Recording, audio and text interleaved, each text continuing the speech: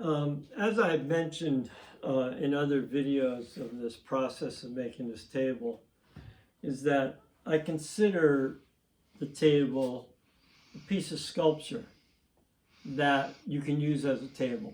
So functional sculpture.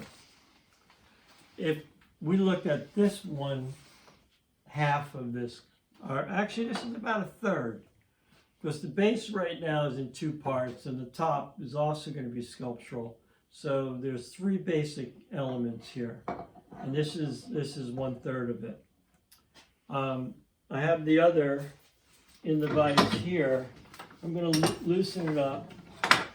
And one thing about making sculptural pieces is, well, you don't have to use squares very often, but you always have curves. So to clamp it, a lot of times you might have to make a call that matches the curve. So these two blocks, I can put in the vise, or I can actually put over here on my carver's vise, which is nice because it has convenient screws, so you can put almost anything in there to adapt to almost any piece you have.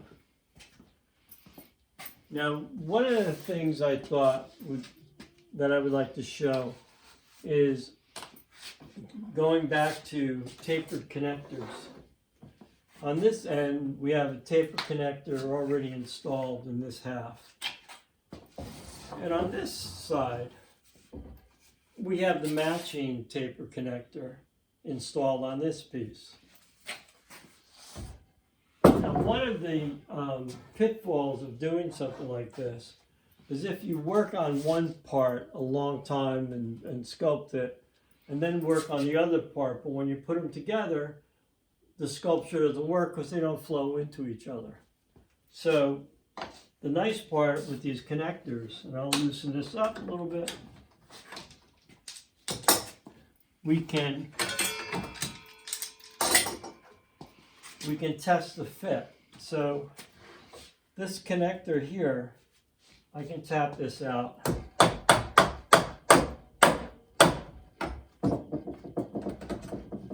So this is my holder, just by putting a piece of connector on it.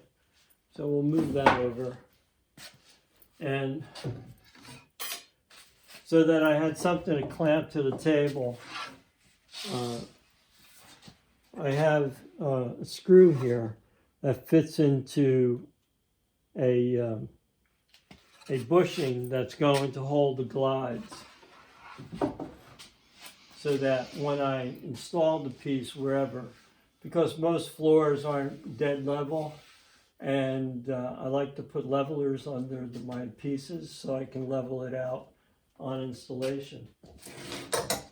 So now we're going to see how this piece fits, and I have to puzzle it in a little bit. I have to puzzle it in like that. Then I have to lift.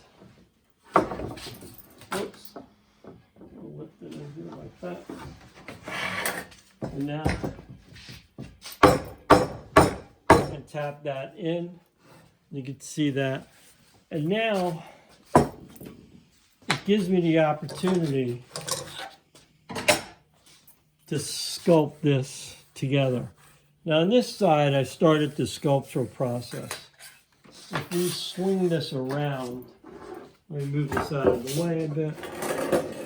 If we swing this around, you'll see that this part still has to be sculpted. Now once this whole thing, or you may have to stand back to see the whole thing, once the piece, all of this is nicely sanded and polished, then I'll glue that connection.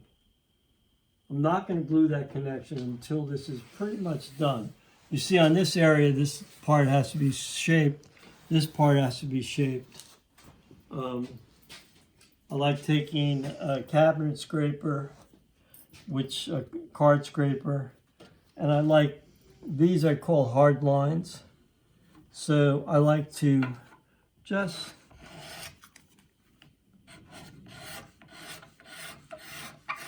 work on really defining those hard lines.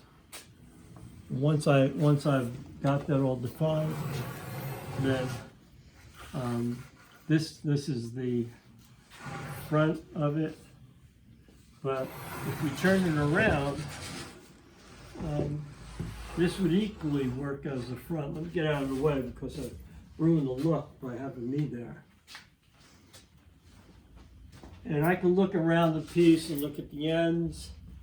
Obviously, we can put it on the ground. And that's the back. And that's the front.